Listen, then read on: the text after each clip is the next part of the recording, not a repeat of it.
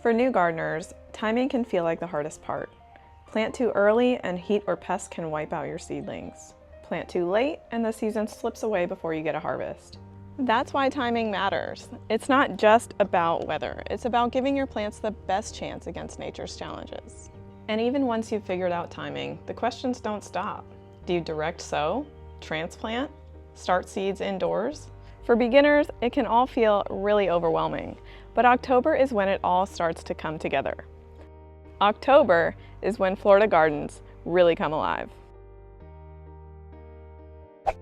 In today's video, I'll be sharing what vegetables, herbs, and flowers we should be planting in the month of October in the state of Florida. I'll go through North Florida, Central Florida, and South Florida, and as we go through, I'll share some new fun and exciting things that I've got going on the channel this month. I've got a new discount code for green stock for you just in time for the warehouse sale that starts on October 1st, and I'm even going to do a giveaway coming soon. Stay tuned for more details, and let's get into the video. Salad greens. Let's start by talking about arugula, endive, lettuces, spinach, and kale. These crops tend to be really tiny seedlings that can be washed away by rain or taken by some small critter in the garden, so it's best to start these in a seed starting cell or tray. If you have transplants ready, go ahead and put them in the garden this month. I just transplanted my endive and my kale and my arugula into the garden, and I'm about to seed start my spinach. Salad greens will thrive in the cool weather, so we have several months ahead of us where we can plant these in the garden. So what that means is if you didn't catch the very beginning of the season and you don't have transplants ready yet, go ahead and seed start anyway, and you'll still be able to transplant into the garden next month. Arugula has a nice peppery flavor and can be a really nice addition to some salads. Kale is a little bit thicker, and I actually prefer to dehydrate it and powder it and use it in smoothies, although it is commonly used in some salads. Spinach is a favorite base for a salad, but it's also very commonly sauteed or added to soups or added to smoothies. This year, I'd like to try buttercrunch and romaine lettuce, which I haven't tried before. I know I hear a lot of you love those types of lettuces. Of course, I've tried them before eating them, but I've never tried to grow them. So that's something I'm looking forward to this year. Even when watching a video like this one, sometimes you still need another resource for figuring out planting times. That's why I created the Vegetable, Herb, and Flower Planting Guide for Florida. I have 3 different versions, a North Florida, Central Florida, and a South Florida version, available for purchase on my website. The hard copies that look just like this one with the coil binding and the plastic cover are in stock, ready to ship. There's 2 sections in this planting guide. The first is what to plant in the garden now. This is going to cover your direct sow and your transplant crops for the month. Then there's another section called what to prep in the garden now, and this is going to cover all of your prep items for the month, like whether you should be vernalizing your garlic this month or seed starting your brassicas. The planting guide covers vegetables, herbs, and flowers, just like this video, although it includes an even more expansive list than I cover here. Place an order on my website below to get yours now. As for other greens, we've got collards, mustards, and Swiss chard. For collards, I normally choose a Georgia Southern collard, and they're so fun to grow in the garden. They get really big and really beautiful. This year for Swiss chard, I'm going to try a rainbow Swiss chard. Vigo Garden just launched seeds, so I'm going to try these rainbow Swiss chard seeds from Vigo Garden. And speaking of Vigo Garden, you guys have got to hit that subscribe button and hit that notification bell, because coming soon I'm going to do a giveaway of over $300 worth of Vigo Garden merch right here on the channel. If you're an experienced gardener, you might have noticed in this clip of collards that I'm actually harvesting it in a less than ideal way. Normally, instead of chopping the entire plant down like I did here, people will just harvest the leaves starting from the outer bottom most mature leaves and leaving it to grow in a vertical direction all season long. I'm definitely going to give that a try this year, and we're going to chalk that clip up to a rookie mistake. Brassicas like broccoli, cabbage, cauliflower, Chinese cabbage, and kohlrabi should also be planted in the garden this month. Now these crops are best transplanted into the garden, so you're going to want to have starts ready. If you don't have starts ready, again, we're at the very beginning of the cool season for these, so go ahead and seed start and plant them next month or whenever they're ready. I must recommend that you label your starts though, because broccoli and Brussels sprouts, they look really similar when they're in the seedling stage or in the very young stage, and at this point, I can barely tell mine apart. Now, some of these crops you're gonna be able to succession sow. And what that really means is planning out your planting time so that you can have a continuous harvest as long as possible in the growing season. So for example, something like broccoli is going to take 90 days or so, maybe a little bit longer, to really form that broccoli head, but maybe you don't want 10 broccoli plants ready at the exact same time. So if you stagger the planting with just a couple plants of broccoli at the beginning, and then a month later plant a few more, and a month later plant a few more, all the way through about February, you're gonna have a nice continuous harvest of broccoli. Although if you do this, you're going to notice that they don't always take the same amount of time to mature. Once we get into December, when the sunlight hours really drop, some of these crops really slow to a crawl with their growing speed. You also might notice that the pest pressure is going to change throughout that entire growing season. Some of the seedlings that I just planted out here right now, when the pest pressure is really high, those are at risk of getting their leaves chewed up, and you'll notice some holes in the leaves and stuff. And you can spray BT to fight against caterpillars if you'd like, or you can just acknowledge that some of your crops aren't going to be perfect looking. Now let's get into root veggies. Root veggies are some of the most fun to grow because it's almost a surprise when you dig them up at harvest time. When it comes to beets, beets are interesting for two main reasons. Number one, they can be transplanted. So you can actually seed start a beet indoors and bring it outside when the temperatures are ready, which is unusual for a root crop. The other thing I want to mention about beets that you might not know is about the seed itself. The seed itself is actually called like a seed ball or a seed cluster.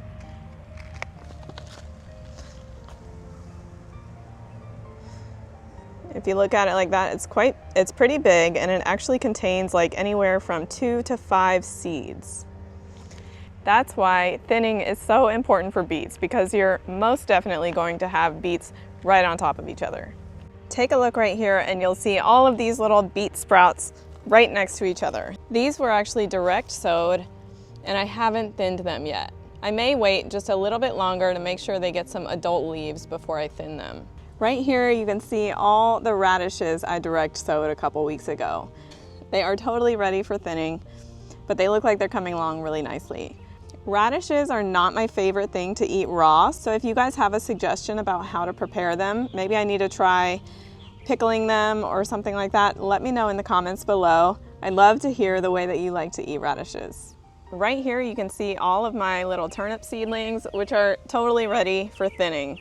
And I know it looks like I wasted some seeds, but I sowed these seeds at the end of a very long planting day, and I was way too tired to sit there and drop one seed every few inches, so I just kind of sprinkled them around and figured I'd thin them later. Right here is where I sowed a bunch of carrot seeds a couple weeks ago, and yes, I'm sure you're noticing there's nothing coming up out of the ground. I think I have one sprout. Can you see this little teeny tiny sprout right here? This is my one and only carrot that germinated. And the thing to learn from my experience is germination of carrots at this time of year when the heat is still here is really tough. We have to keep that top layer of soil moist, and we need to protect it from drying out, and we need to try to keep the temperature down of the soil. There's a few different ways I see recommended to do that. Number one is putting like a shade cloth or a piece of burlap over this section of soil where I sowed the seeds. Or you can put something like a 2x4 on top temporarily until you get germination. Let me know which method has worked best for you. As for me, I'm gonna sow some seeds again and try to cover them up somehow. The good news about carrots, once you get germination, they are some of the easiest crops to keep going in your garden. I get almost no pest pressure from carrots, but they do require some patience because they take almost 4 months to be ready. This month, we should also be vernalizing our seed garlic. I just received my garlic a couple weeks ago from Keen Garlic, and as soon as I pulled it out of the mail, I put it right in my refrigerator. It's gonna stay in my refrigerator until it's time to plant in about December. When it comes to bulbing onions, October is the month we've all been waiting for. This is the month when we can put our onion starts into the garden. Now remember, at this stage, and once you put them in the garden, what you're trying to do is put on as much leafy green growth as possible. That's gonna give you a big bulbing onion that has lots of different layers.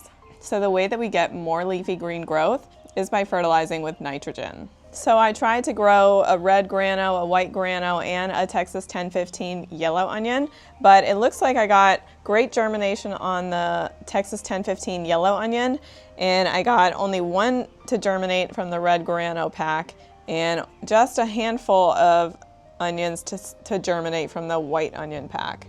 So it looks like my onions are going to be mostly yellow onions, which is fine by me. Those are the ones I use all the time anyway. Now, if you didn't start your onions from seed a month or two ago and you're not ready with starts like this, it's okay. You can buy them from stores or online. But there's a distinction that you should be aware of between onion starts and onion sets. Onion starts are just like these. They've been started this year from seed, and when you plant them in the garden, you're just continuing that growth. An onion set was started last year and got to the point where a small bulb was formed, and then it was put in a dormant state and shipped out to grow again the second year. Onion sets are more likely to bolt, and also they're usually a long day variety, which here in Florida, that wouldn't work for us. We plant through the winter, and then we want our bulbing process to start in February. So short day onions are the ones that start that bulbing process when the daylight hours are 10 to 14 hours a day. What is the number?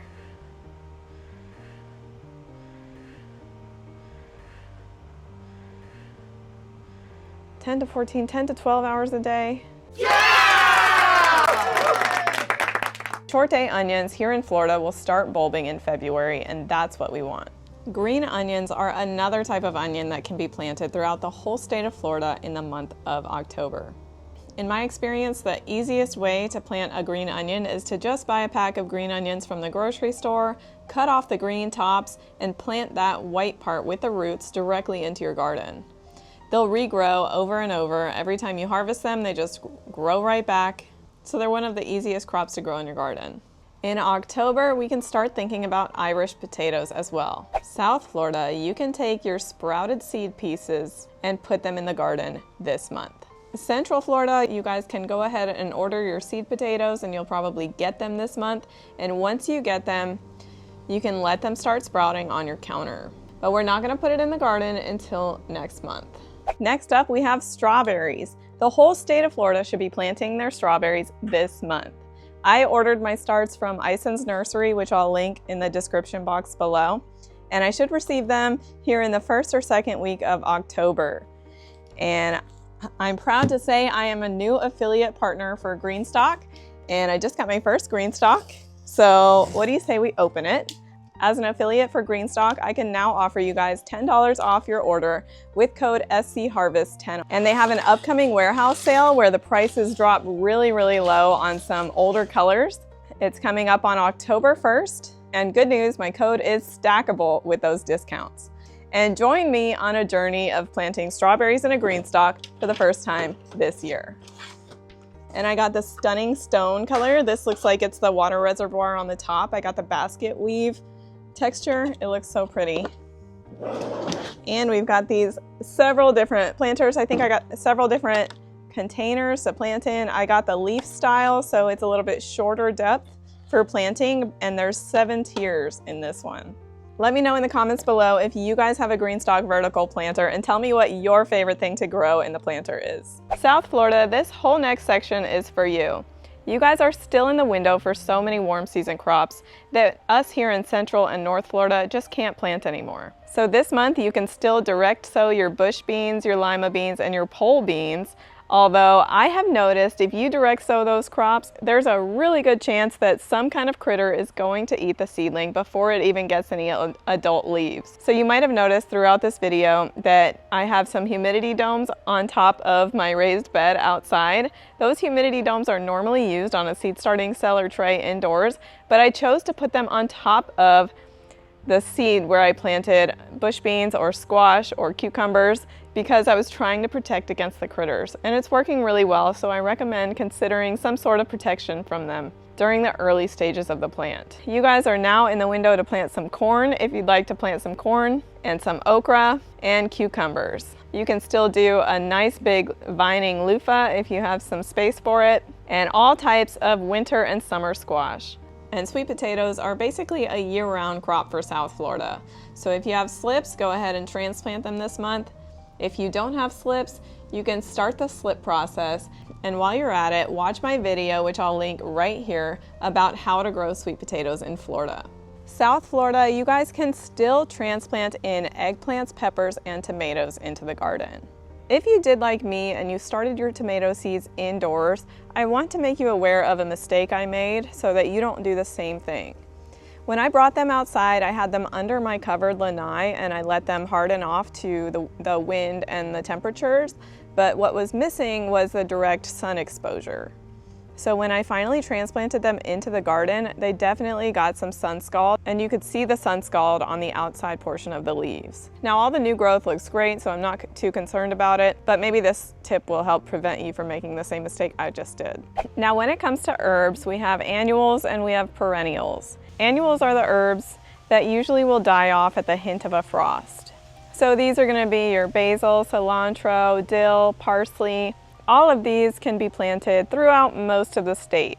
Now, a lot of herbs are pretty slow growing in the early stages, so it might be beneficial for you to buy some starts instead of starting from seed right now. We also have perennial herbs. These are your rosemary, sage, thyme, oregano, some of the woodier herbs that will last for a longer time. These are less sensitive to frost, although they do need to be established before they get a hint of a frost. Now we can't forget the cool season flowers. October is certainly the start of the cool season here in Florida, and here are some flowers we should plant that are cold tolerant. The first one I want to mention is periwinkle. It's such a cute little flower. It'll look great on the edge of a raised bed or even as a low border in some landscaping areas.